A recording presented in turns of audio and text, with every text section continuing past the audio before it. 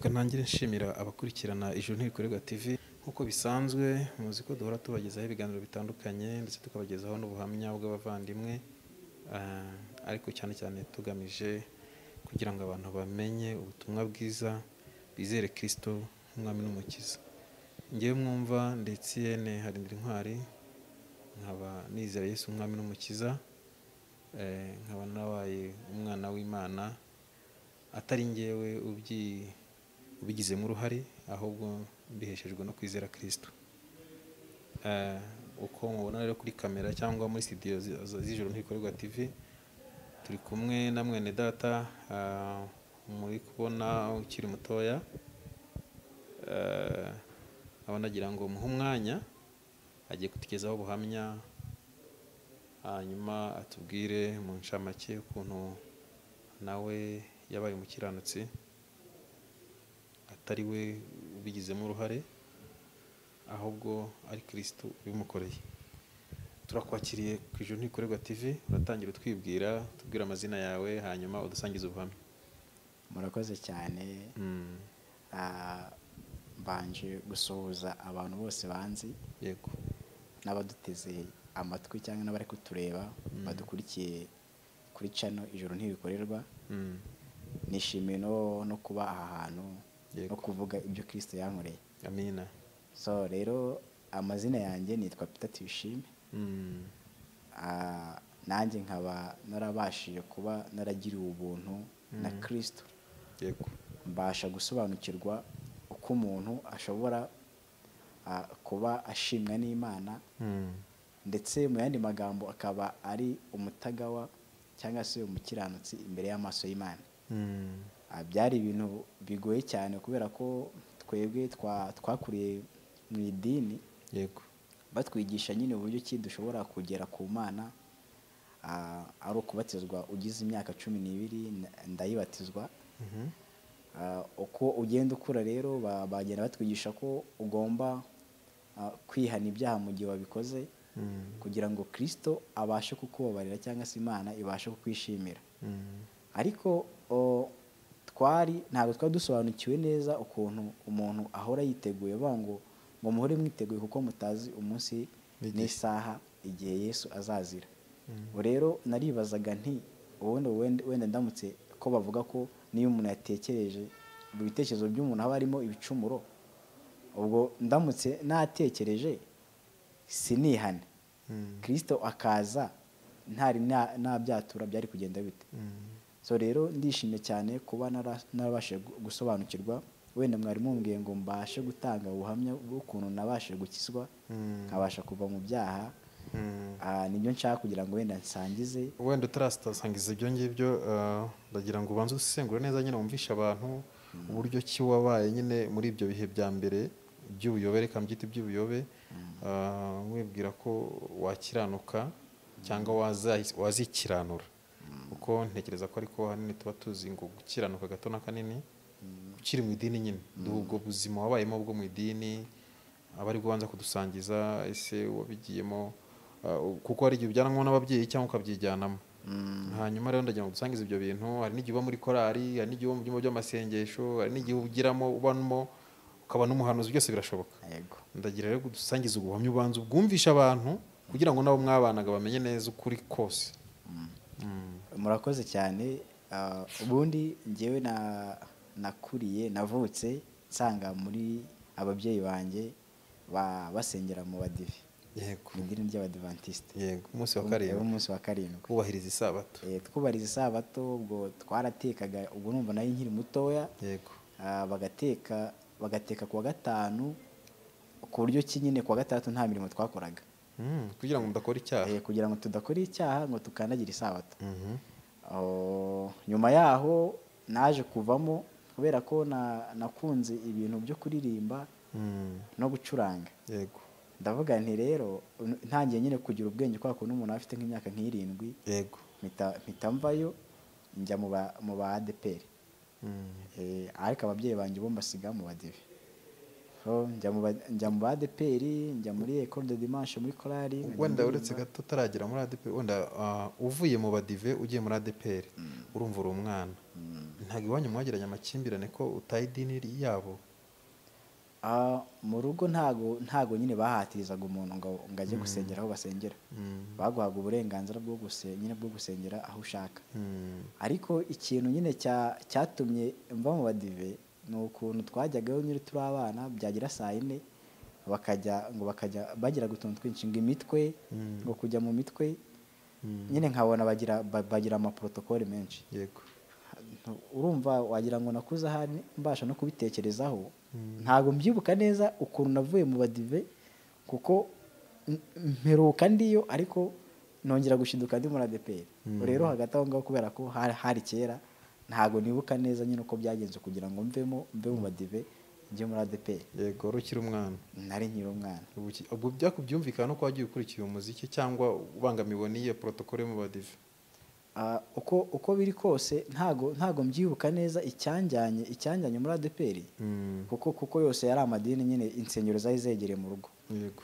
Zari zegereye mu rugo ku buryo ki wenda ko ayo kuva mu badive njya muri ADEPR ibyo simbyibuka rwose, nari ndi mutoya, ariko icyo nibuka nuko twajyaga tujyeho nyine gutyo. Ahubwo wenda ndumva nakomeza kuko ibyo muri ADEPR nibyo nibuka neza. Yego. Rero njya muri korali. Ngiye nagize n'ikibazo buriya, ntago navugaga neza. Ndi mutoya najyaga ndidimanga, ibyo babyita kudidimanga cyangwa bakabyita kuvuga ibihebe. Yego. Najyaga njya kuvuga nkikubita, ku buryo ki no mu rugo bari barandambiwe bashiki banjye.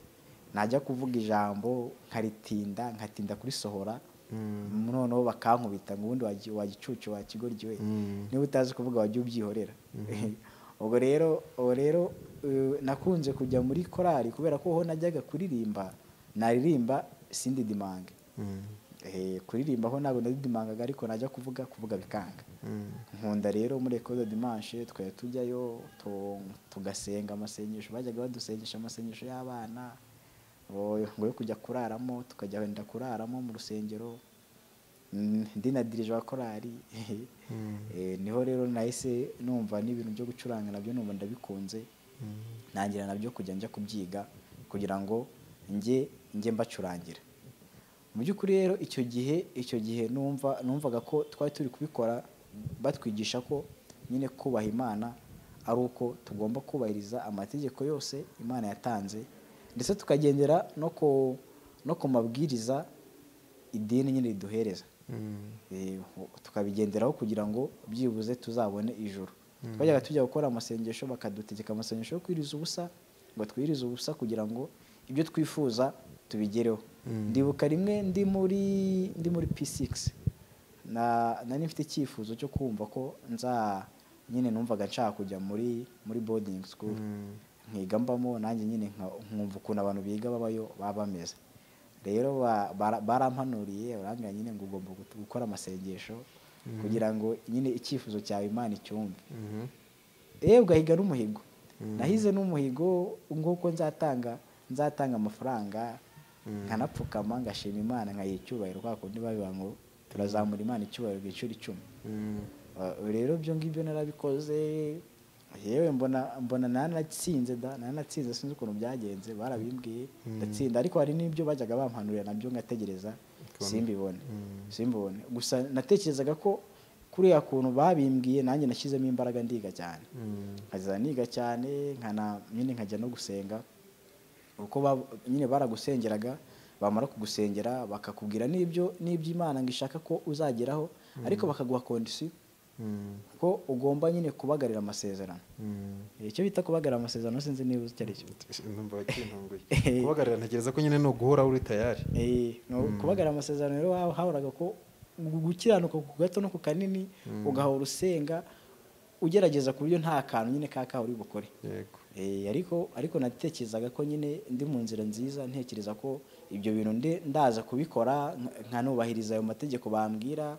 Niba ari ukujya kurepeta nkajyayo, ntasiba nabyo nkabimenyesha.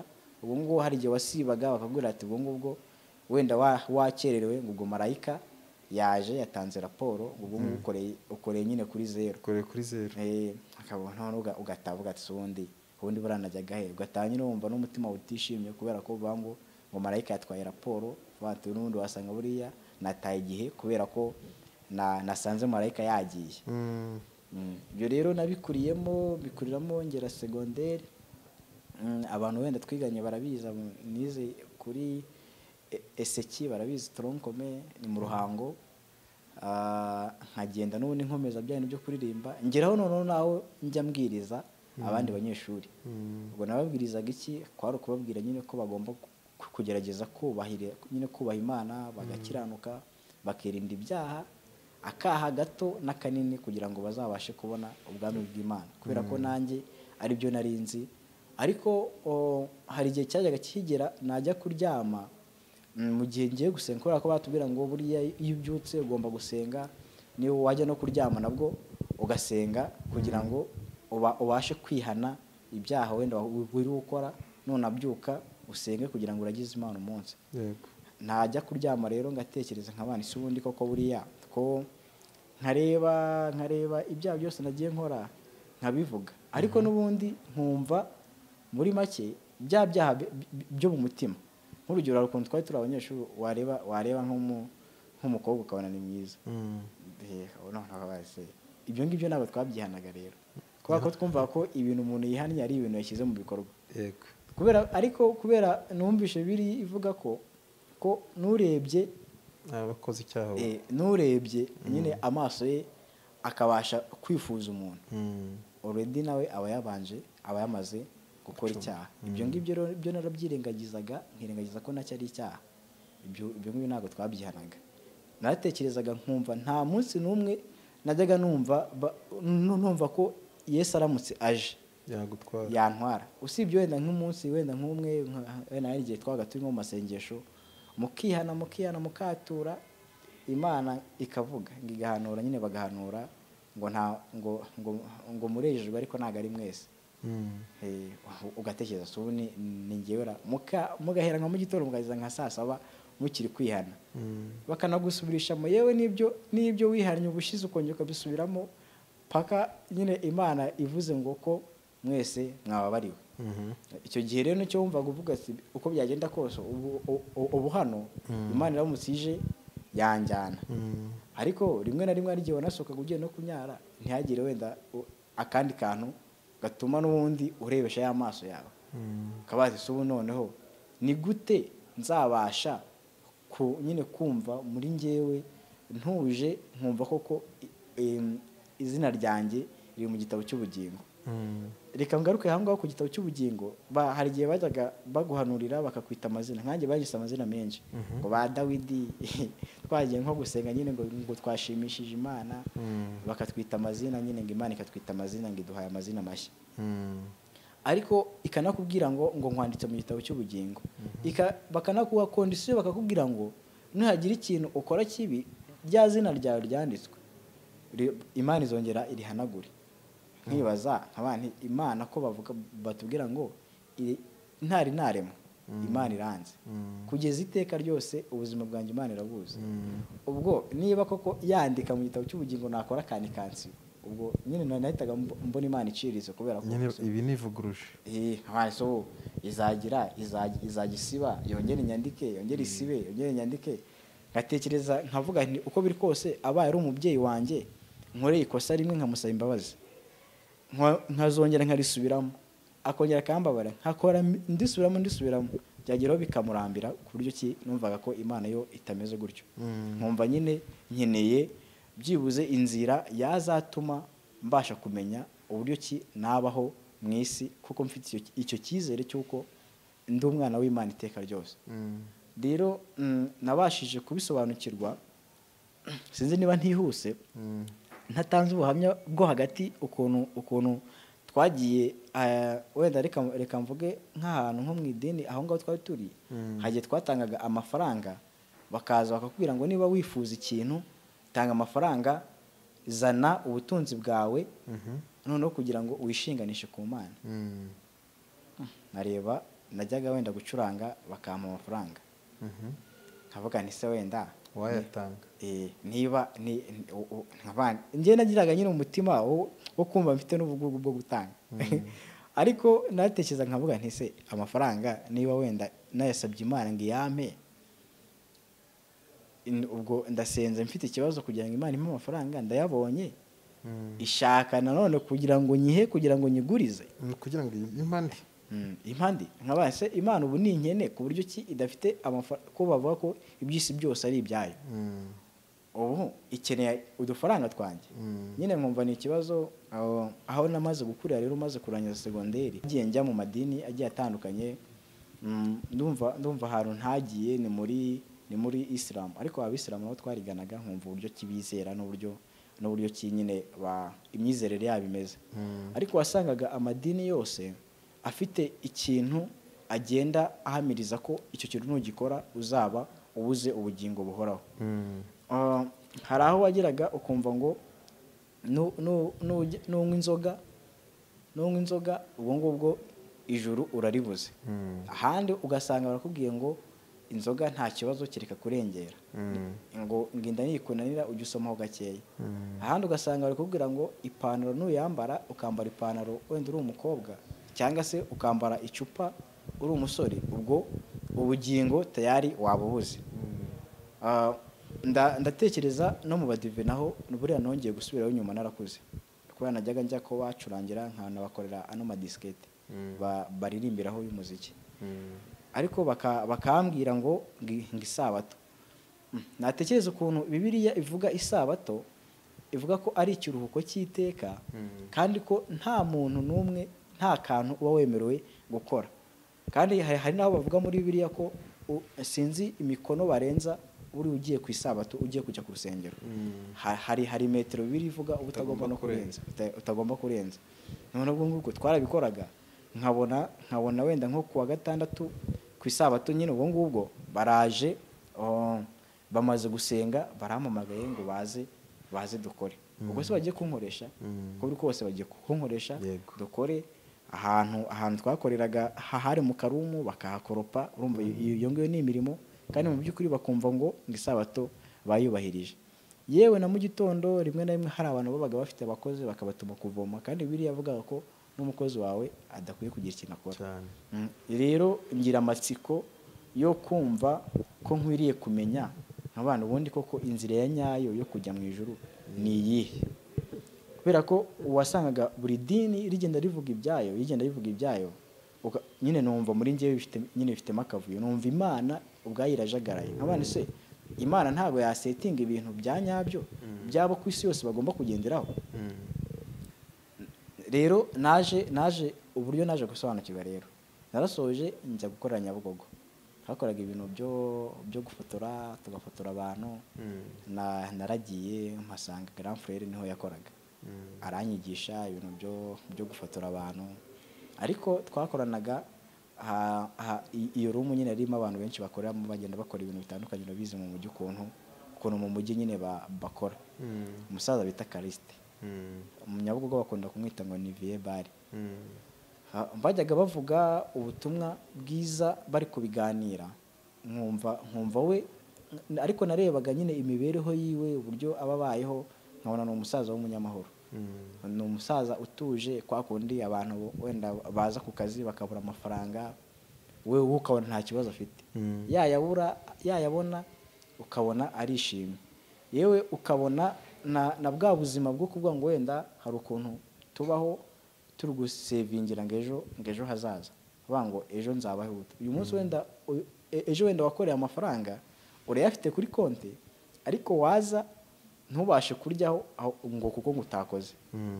Inzara ikakurya, ukirirwa wahangayitse, ubase kubera iki wenda ntakuramo amafaranga ngo njye. Ariko uwo musaza nkabona abayeho neza, nkabona arishimye, nta kibazo afite. Abana uyu musaza abayeho neza, kubera ko najyaga numva bavuga ngo ni umwere, ngo ni umutagatifu. Nigeze kumva rero ibiganiro byabo bajyaga babivuga, bakaza n'abantu bene data bari barakijijwe nabo, bakaza ba Elisa, bakaza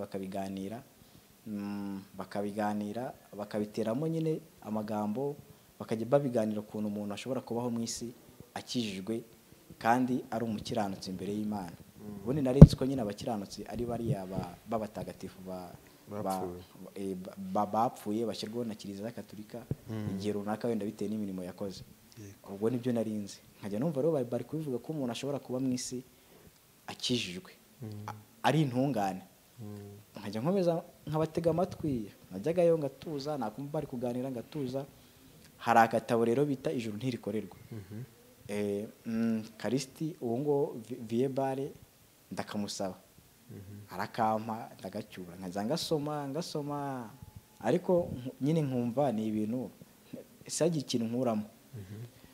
Umunsi umwe rero nihuse nibwo naje kumusanga ari nimugoroba, ndamubwira ati se wansobanuriye uko kuntu umuntu ashobora kubaho mu isi koko atunganye ari intungane, kuko nabonaga nyine abantu benshi babirwanya, nkumva abantu benshi ariko babwira ariko ntabwo ari kubyumva, bavuga ngo n'intungane bwira icumuye karindwi. Mu by'ukuri nibazaga umuntu ushobora kubaho mu isi adacumuye. Arambwira ati rero mwana, reka tujyane tujye kureba umugabo witwa Elisa nawe ni umuvandimwe, yakoraga hirya yacu, tugende tuganire tukubwire inzira wacamo kugira ngo ubashe kubaho mu isi uri umukiranutsi. Turagenda turaganira, batangira rero kumbwira inkuru nziza y'ukuntu Adamu yabayeho, yasohowe mu ngobyi, ambwira nyine aho icyaha umuntu abarwaho. Numva mpita nsobanukirwa, bansobanurira uburyo ki ibyaha Imana ibara atari ibyo ubu turi gukora, twashyize mu bikorwa nyirizina. Wenda niba nakubeshye, niba natukanye, ahubwo ambwira ko icyaha nubwo naba narapfuye ndi mutoya ntari namenya ubwenge, bansobanurira yuko umuntu agirwa umunyabyaha n'inkomoko. Inkomoko yanjye nsobanukirwa ko ariyo yatumye mba umunyabyaha, ibyo byaha ari nabyo Imana imbaraho. Niba Adamu yarakoze icyaha, ubwo ngubwo natwe twese twamukomotseho twakoze icyaha, ubwo iyo nyoko muntu niyo n'ubundi Imana yahoraga indeba ntinyishimire kubera ibyo byaha bya Adamu. Barambwira ati rero iyo uvutse ubu ko uri umunyabyaha bitewe n'uko nta ruhare wabigizemo, bitewe n'inkomoko yawe. Bampaye urugero, barambwira ati ubu ngubu ndamutse nkubyaye ndwaye sida, nawe nyine ntujye kwa muganga, kwa kundi bagukorera maintenance y'umwana nyine ntabashe ntumwanduze, ntibayigukorere, ukavuka ufite ubwandu. Baje kureba hano Nyabugogo bakareba abantu bose banduye sida, wowe wasigara? Mbitekerezaho nsanga koko nanjye najya mw'abo bantu bafite ubwo bwandu. Arambaza ati se koko waba warabigizemo uruhare kugira ngo uyandure? Numva naba nyine ngendeye kuko ababyeyi banjye aribo nyine bakoze ibyo byaha. Ansobanura rero yuko umuntu aba umunyabyaha kubera inkomoko yiwe y'ubumuntu, kandi ubumuntu bucumuye, yuko nta n'ikintu na kimwe ushobora gukora cyaba icyiza cyangwa ikibi. Mu gihe ngewe natekerezaga yuko niba ndamutse wenda mpaye nk'umuntu amafaranga, kuko no mu idini bajyaga babitubwira ngo gerageza ukora ikintu uzibutsa Imana mu gihe uzaba uhuye n'ibibazo. Nk'ubu nkanjye nagiye ntanga utuntu ngo naba ndi nko mu kizamini, ngahita nibutsa Imana ati Mana dore ibuka kantu nakoze. Ariko nkarenzaho, ubumva ko narenzagaho ngakora n'ibindi bibi. Numvaga ko yuko rero ibyo byiza bishobora kuzandefanda mu gihe nahuye n'ibibazo runaka. Ariko bansobanuriye yuko urumva Adamu yaracumuye, amaze gucumura muri we hari harimo gukora icyiza no gukora ikibi. Bambwira ko haba ari ibyiza bya muntu n'ibibi bya muntu, umuntu byose akora agamije kugira ngo ashimishe Imana, ahubwo ari ukurwanya Imana. Bambwira ko ibyo byose byavuye mu cyaha, wakora neza wakora nabi, ubyita ngo uri kubikorera Imana, byose aba ari ibyaha uri gukora. Nahise numva nsobanukiwe ko Satani yabashije kuyobya cyangwa no kutuyobya no kuyobya abantu benshi ku isi, abereka yuko ibintu byiza byose ari iby'Imana, hanyuma ibintu bibi bikaba ibya Satani. Niyo mpamvu rero mu idini bajyaga batubwira ngo mugomba gukora ibyiza kurusha ibibi. Rero uwo munsi nabashije kumva inkomoko yanjye, numva ndi umunyabyaha wa wundi w'inyuma. numva ahubwo na bya bintu numvaga ngo ndakiranutse ahubwo nabyo nagiye mbikora. Numva ndi umwicanyi ko baba ngo niwanga mwene so uzaba uri umwicanyi. Ibyo byose numva narabikoze. Numva nagiye ndeba wenda abakobwa nkabona ni beza, numva nabona arabasambanyije. Kandi ubu ngubwo mu busanzwe umuntu yarabyiziririzaga kuvuga ngo ngomba kuba umusore umucuranzi. Buriya hari akantu mu idini bagira ko kuvuga ngo buriya abantu b'abacuranzi nyine babita ngo ni abapagani. Njyewe nari mfite intego rero yo kuba umukiranutsi, umucuranzi, umukiranutsi udakora ibyaha na bike. Ubu rero icyo gihe bamara kubimbwira yuko ari uko nk'uko bimeze, numva ahubwo nta cyaha ntakoze. Numva naribye. Hari n'ukuntu wenda n'ababyeyi bagutumaga ikintu ukanabeshya ngo wenda nakiguza aya ngaya. Mbese numva muri njyewe ijuru ntari kwiriye, nta n'ikintu nakora kugira ngo mbashe kuribona. Nasenga menshi, nahimba indirimbo nahimbaga, nacuranga, naririmba indirimbo z'amazamuka, kuko twajyaga tujya no mu mazi gusenga hariya ngo hari umusozi bita ngo za Kizabonwa uri mu Ruhango. Twajyaga duturuka ku ishuri tukagenda gusenga kugira ngo Imana nyine idushyigikire. Ariko twanagerayo twanarayemo, Imana mu gitondo ikongera ikavuga ngo nimugoroba yatwishimiye mu gitondo uko mu bantu barahanuye ngo harimo abantu ngo muri gutukisha izina ryanjye, ngo ndi kubareba ngo nkabona murejwe ariko si mwese. Nibaza ubwo si twese nimugoroba Imana yatubwiye ngo yatwishimiye, none n'ubu ngubu mu gitondo birara nyine ubona ni uruhererekane rw'ibintu ubona bidashira. Umwaka ugashira undi ukaza ari ibyo ngibyo ubamo ubona nta nzira nta murongo. Ngo rero icyo gihe nari ngeze muri kaminuza. Abandi ubundi umuntu ugize muri kaminuza ibyo byose abashije kuba agomba kuba ari umuntu usobanukiwe byibuze, ufite amakuru ku bintu byinshi. None ikintu bita ijuru wite koko nakomeza kurorongotana ngasanga amadini yose nta kintu na kimwe nyine bahuza cyavuga ngo iki kintu umuntu azagikora byibuze ajye mu ijuru. Usanga buri wese bagiye baca inzira. Nasanze rero natekereza ko Imana ari yafeka, kubera ko hari abantu bajyaga bashyiraho inzira nk'ubu nanjye nkaza ngasetinga amabwiriza n'imico abantu bagomba nyine kugenderaho, ngahita mvuga nti ibi ngibi nibyo Imana izishimira. Rero numva ngize iryo shyaka, ariko ntekereza ko atari njyewe wenda warishakiraga, ahubwo ari Imana yatumaga nyine nkomeza kugira iryo shyaka kugira ngo ibashe kundokora inamenyeshe ukuri. Nibwo nahuye rero n'abo bagabo barambwira. Hanyuma rero bamaze kumbwira iby'ibyaha byanjye, maze kumva ko ndi umunyabyaha pire, nta n'ikintu nshobora gukora cyatuma nemerwa. Babashe no kunsobanurira inzira ishobora kungeza ku bwami bw'Imana. Barambwira ati rero nk'uko waba umunyabyaha utabigizemo uruhare, ni nako uba umukiranutsi utabigizemo uruhare.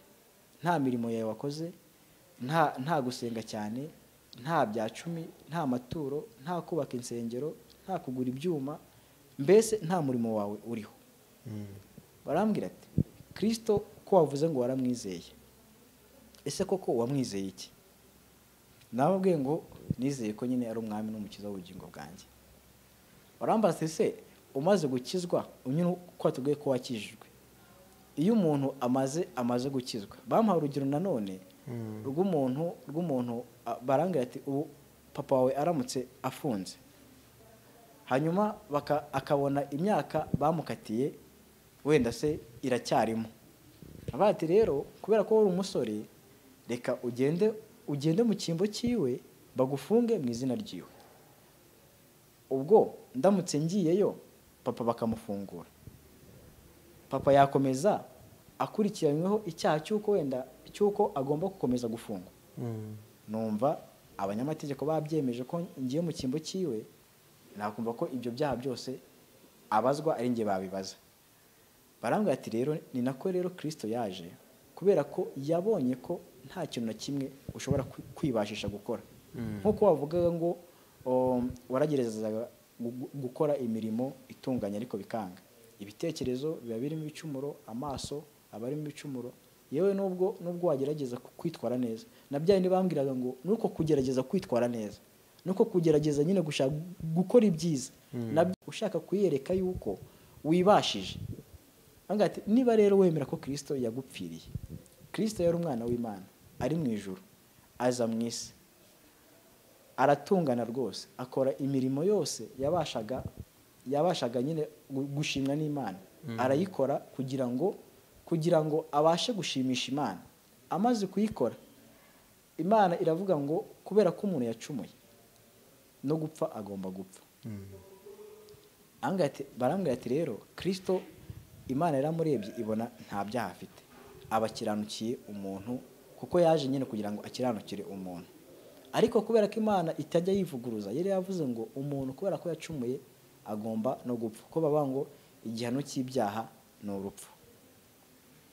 Rero ngo Kristo yagiye ku musaraba, baramubamba, arapfa kubwo ibyaha byanjye, kugira ngo ibyo ngibyo nimbyizera ko Kristo yaje akankiranukira, imirimo yose nari gukora kugira ngo Imana inyishimire, Kristo ko ari we wayikoze, hanyuma nkemera yuko ibyaha byanjye ngomba kubimuhereza, cyangwa se nkizera yuko ari byo byamujyanye ku musaraba agapfa, hazabaho ingurane. Uvuga ngo niba Kristo yaragupfiriye ukaba ubyemera neza ko yagupfiriye, yapfuye mu cyimbo cy'uko wari gupfa, none utekereza ko Imana izongera ikaza ikakwica kandi hari umuntu wagiye mu cyimbo cyawe? Ibyo bintu nahise numva muri njyewe hari akantu gacayutse muri njyewe, numva hari akantu kavuyeho, hari ukuntu ujya kumva ubushagarira nyine buje mu mubiri, muri njyewe numvishe, muri njyewe nyine numva ndahindutse, mpita nibuka ntekereza neza koko nari ndi mu kigare cyo kumva ngo narakijijwe, ngo Yesu yarampfira, ariko ntazi ibyo yampfiriye ibyo ari byo. Kumbe baratubwiraga ngo nubwo yagupfiriye hari ibindi mirimo ugomba gukora kugira ngo utamusubiza ku musaraba.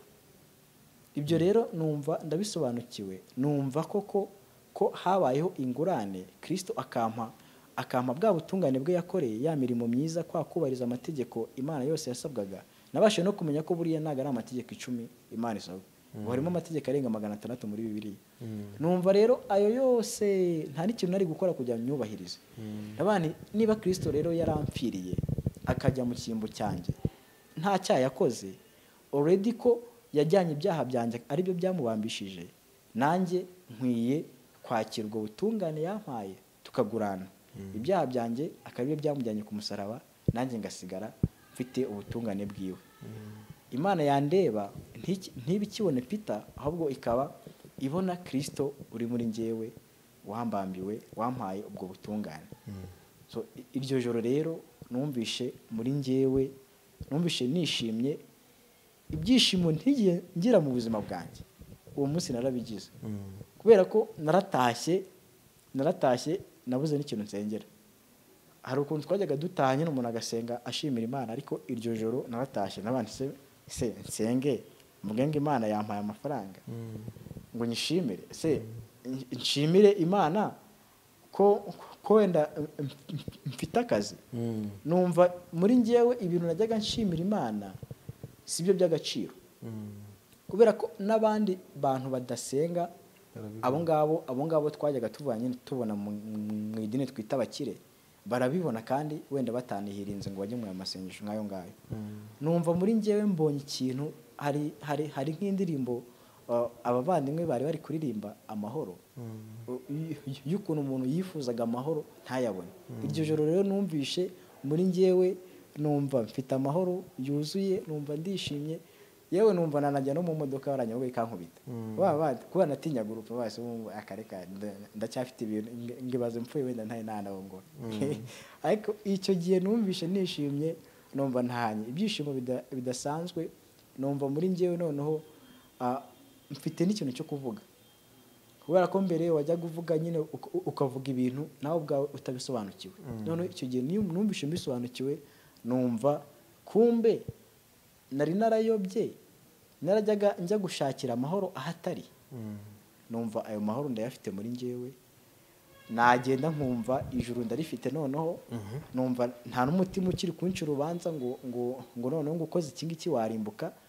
muri make numva ndanezerewe icyo gihe rero numvise mfite ibyishimo bidasanzwe ari nabyo nabwira abantu wenda badukurikiye cyangwa bari no kunyumva ko amahoro Kristo atanga ari amahoro atagereranywa. Ni amahoro tutabonera mu byo dutunze kubera ko hari ibyo twagiye dusezeranywa ngo tuzabibona, wanabibona ntubashe kumva ufite ya mahoro yuzuye, ahubwo ukumva hari n'ibindi wifuza kugeraho. Nk'ubu wenda nguhaye nk'urugero, nari mfite icyifuzo cyo kubona kategori nshaka perime, numva nimba mfite perime, numva narize nararangije kaminuza, numva ni ibintu nzaba ndi umuntu nyine udasanzwe. Ariko ibyo byose narayibonye byabaye nk'agatonyanga mu nyanja. Ubu noneho umuntu nahise numva ahubwo nta n'ikintu bimaze, kubera ko mba numva ahubwo hari ibindi nkeneye mu buzima busanzwe. Ibyo ngibyo nibyo abantu rero twibeshyeho cyane cyane wenda nk'urubyiruko nkatwe, avuga ngo wenda nzajya gusenga bamanure ngo nzabona ibi ngibi, nzabona ibi ngibi, ariko ugasanga ibyo bintu niyo ubibonye, niyo umaze kubigeraho, ni ukuri pe nta mahoro biguhereza. N'ubundi utabumva ari ibintu bisanzwe, ariko icyo kintu nabashije gusobanukirwa, numva aricyo kintu ngenderaho, ayo mahoro Kristo yampaye, kumva ko ndi umutago w'imbere y'Imana, kumva ko nta n'ikintu na kimwe gishobora gutuma ntabona ubugingo. Yewe naba ndyamye, naba mbyutse, naba nsinziriye, naba ndi gusenga, naba ndirimba, mba numva noneho ahubwo ari njye noneho nemere kuririmba. Nakubwiye ko kare na kera njyaga ndirimba muri korali, ariko nkaririmba ibintu nanjye ubwanjye ntasobanukiwe. Ubu ngubu nibwo ahubwo mba numva naririmba, kuko wasangaga nyine turi kuririmba ibintu tubisobanukiwe, turaririmba ibintu ngo Kristo yaraducunguye, ngo twarejejwe de, ariko hanyuma ugasanga none uri kwica urubanza ngo Imana ngo ntago ngo izina ryanjye riri mu gitabo cy'ubugingo. Ubwo rero numva ko nagiriwe ubuntu bwo gusobanukirwa icyo Kristo yanshakiraga, icyo Kristo icyamuzanye kwari kugira ngo ndonke, kwari kugira ngo mbashe kubaho mu isi nezerewe, mbashe kubaho mu isi mfite ubutungane, mbashe kubaho mu isi nezerewe mfite amahoro adashira atazagwa n'iby'isi, nk'uko abantu benshi tuba turi guhirimbana kugira ngo tubone iby'isi. Ibyo ngibyo n'ubundi n'abantu badakijwe barabibona pe, ntago ari ibintu byakuraza wenda inshinga ngo uvuge ngo ngiye ngo kubishaka ibi ngibi nimbibona nzabibonamo amahoro. Amahoro atabonwa ahandi naturuka ku Mana. Ni nabwo byishimo mfite, niwo munezero mfite, niwo ngendana kubu ngubu, nkaba numva nezerewe Imana mu mutima wanjye, nkaba numva nta bindi byishimo nzagira birenze ibyo mfite ubu ngubu n'ibyo nagize uwo munsi mbasha kuvuka. Nabashije gusobanukirwa uko bavuka ubwa kabiri, kubera ko nari nzi ngo kuvuka ubwa kabiri ari igihe nabatizwaga muri ADPR, ariko nabashije gusobanukirwa kuvuka ubwa kabiri icyo ari cyo. Ubwo rero nakangurira bagenzi banjye b'urubyiruko, baba ari abari kunkurikira n'abandeba, ngo babashe kumenya inzira nziza yabasha gutuma bava mu byaha, yabasha gutuma bagera ku Mana, imirimo yabo itabigizemo uruhare. Basaba kugira ngo bajye bagumya badukurikire. Hari umukozi w'Imana Emile, rero ako gatabo nigeze kuvugaho ijuru ntirikorerwa, kanitswe n'umuvandimwe Emile. Naragasomye nkajya numva nyine ni byiza, numva karimo amagambo ashobora gutuma umuntu ahinduka, ariko muri make wenda n'abantu bankurikiye badushaka, utwo dutabo dushobora kubafasha, bakabasha kutubona, bakadusoma, bakabasha no kubona wenda na bene data. Hari ukuntu namwe njya mbona mushyiraho nimero za telefone hano ku kiganiro, bashobora no kuzireba, umuntu yaba adasobanukiwe akabasha kubahamagara, bakabasha kumusobanurira inzira nziza yatuma agera ku Mana. Kubera ko twari turushye, njye nari ndushye, ndemerewe, numvaga cyaba ari igihombo kutazajya mu ijuru. Harimo abantu batizera ejo hazaza, bango ejo hazaza n'ubundi ni mu nda y'isi, ntabwo tuzi ibintu biberayo. Ariko kuba umukiranutsi, ukiranutse biguha n'amahoro mu isi. Mu isi ubaho utunganye, ubaho wishimye, ufite amahoro cyane cyane ko ariyo tuba twifuza. No mu isi rero tuba turi mu ijuru, ariko turi no mu isi. Ukabaho nta mutima guca urubanza, nta mutima ushikagurika, wabona bikeya ukabibona, utabibona nabyo ukumva ko ari igeno ry'Imana, ukabaho wishimye ndumva ari ibyo. Murakoze cyane. urakoze cyane, reka tugushimire cyane kabisa, tuhaye ubuhamya kandi gufasha ntekereza buri wese wabasha kubwumva. Ndagira ngo baze rero mu magambo makeya utubazo nka tubiri. Ikibazo cya mbere ndakubaza, wavuze ko hari uwo wabanje kwireferaho umusaza mwakoranaga cyangwa mwabanaga ahantu ku iseta. Kuri ubu wowe uba ugaragara gute, ubona mbese mu bantu ubayemo gute, mu bantu mwabanaga, urumva mwari mufite ubuzima butandukanye, umva ubayemo gute muri bo? Murakoze cyane. numva ntandukanye nabo, kubera ko ahanini nyine iyo uganiriye n'umuntu nibwo ubasha kumenya icyo ari cyo n'ikimurimo. Ku muntu tutari twaganira wenda ntabwo navuga ko ntandukanye nawe, kubera ko mba ntazi ikintu kimurimo. Ariko mu rubyiruko tubana, abo dukunda kuganira, numva ntandukanye nabo, kubera ko njyewe hari undi rwego nagezeho rw'imitekerereze y'ubu ngubu n'iy'ahazaza. Ubu ngubu nzi neza ubuzima bwanjye ngiye bw'ahazaza, nzi ubuzima nzabaho uko buzaba bumeze. Ariko bagenzi banjye batari babasha gusobanukirwa ubwo buzima, ntibabuze. Rimwe na rimwe hari igihe banakureba nyine bakumva bavuga ngo nta cyaha ugira, nyine ukumva bari kujujura ngo ngo ni intungane, ngo bwira 17 none ngo we ngura intungane. Ariko ngerageza nta nubwo ari n'ibyo umuntu yihingamo, ntabwo ari ibyo umuntu yihingamo ngo uvuge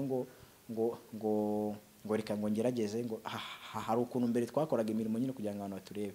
Ariko iyo Kristo amaze kwinjira mu buzima bwawe cyangwa mu buzima bwanjye, amaze kwinjiramo, hari ibintu najyaga nshyiramo imbaraga kugira ngo mbireke, ubu ngubu ntagishyiramo imbaraga, nshiduka byaje, ngashiduka hari ibintu ntagikora, hari ibintu ntakibarizwamo wenda bita ibyaha cyangwa se bibi, ugasanga noneho ndi kubaho ubuzima nyine Imana yifuza. Okay, tubwira ikintu kize nk'imbaraga kuri ubu rero. Ni iki ujya wumva kiri mu mutima wawe ukizeho imbaraga, kiri kugukurura muri kino gihe? Kurumva hari ibyagukururaga mbere, ubu noneho ni iki kiri kugukurura kuri ubu wiyumvamo? Ikintu ubu ngubu kiri kunkurura, ari nayo mpamvu naje ahangaha kugira ngo ntange ikiganiro, ni ukugira ngo abantu bose bo ku isi yose babashe kumenya amakuru bahishwe, babashe kuruhuka umutima. Kubera ko njyewe nabaga mpangayikishijwe n'ubuzima bwanjye nzabaho, nari ndi kuri stress y'ubuzima. Ariko ubu ngubu ndatuje, ndamahoro, meze neza, ubuzima bwo mu isi ntabwo bukimpangayikishije. Ndakora, naronka nkaronka, ntaronka nkaba meze nk'abandi bose nk'uko bigenda mu isi, nawe murabizi. Ariko amahoro yanjye ntabwo ajya atakara, n'ibyiringiro. Numva rero ikintu kindaye inshinga ni uko byibuze abantu bose babasha kumenya ubutumwa bwiza, bakava mu rungabangabo babeshywe n'abantu wenda bagamije indonke cyangwa se wenda ibindi bintu ku ruhande, bakabasha kumenya yuko ijuru ridakorerwa, bakabasha kumenya ko ijuru ari impano y'Imana. Nta kintu na kimwe ushobora gukora cyabasha gutuma ubona ijuru, kuko ijuru ni ikintu gihenze ku rwego nta muntu wabasha kuryigondera. Buriya iyo tuza kuba twabasha kugura ijuru, twabasha kugura kubaho ejo hazaza tukabaho neza, buriya abakire bafite iby'isi nibo bantu bari kuzaba banabayeho neza mu isi. Ariko uzasanga atari bo bayeho neza, kubera ko hari imihangayiko, hari imidugararo, kandi n'ibyo bintu by'isi byaturaje inshinga, urabishaka ukabibona, ni byiza kubibona mu isi, ariko uranabisiga, urabivunikira ukabisiga. Ariko ikintu bita amahoro ni ikintu umuntu ahabwa ataguze. Rero nashishikariza abantu kugira ngo dufatanye. Wenda umujene dukeneye iterambere ry'umubiri, ariko kurikenera uko ariko kose ugomba kumenya ngo ese ubuzima bwanjye nyuma y'ubu buzima bizagenda bite. Inzira rero nta yindi usibye kwemera, ukemera ko uri umunyabyaha, ukemera ko uri umunyantege nkeya, nta kintu na kimwe ushobora kuba wakora kugira ngo ubashe kwakira ubwo buntu bw'Imana. Ukemera ko imbaraga zawe ari nkeya, ukemera ko ibyiza byawe n'ibibi byawe nta na kimwe gishobora kugufasha kugira ngo ubashe kubona Imana. Numva ikintu kindaye inshinga ni ukugenda bwira abantu icyo Kristo yankoreye, kugira ngo nabo niba bari mu batoranyijwe kuko ari abavandimwe bacu nabo ari intungane zatoranyijwe kera nabo babashe kumenya ayo makuru y'uko Kristo yabambwe ku bwabo, Kristo yaje mu isi kugira ngo bo babashe kubona ubugingo bw'iteka ryose. Amin. Reka dusoreze aha ngaha Peter, ngushimire kandi mvuge ngo Imana ikomeze ibane nawe. Icyakora ngusabe kuzaduha n'ubutumwa bwiza mu ndirimbo kuko nabonye no gucuranga ibintu byawe. Dusezeranye cyangwa n'abari kudukurikira babyumve ko uzagira igihe ukaduha ubutumwa bwiza mu ndirimbo.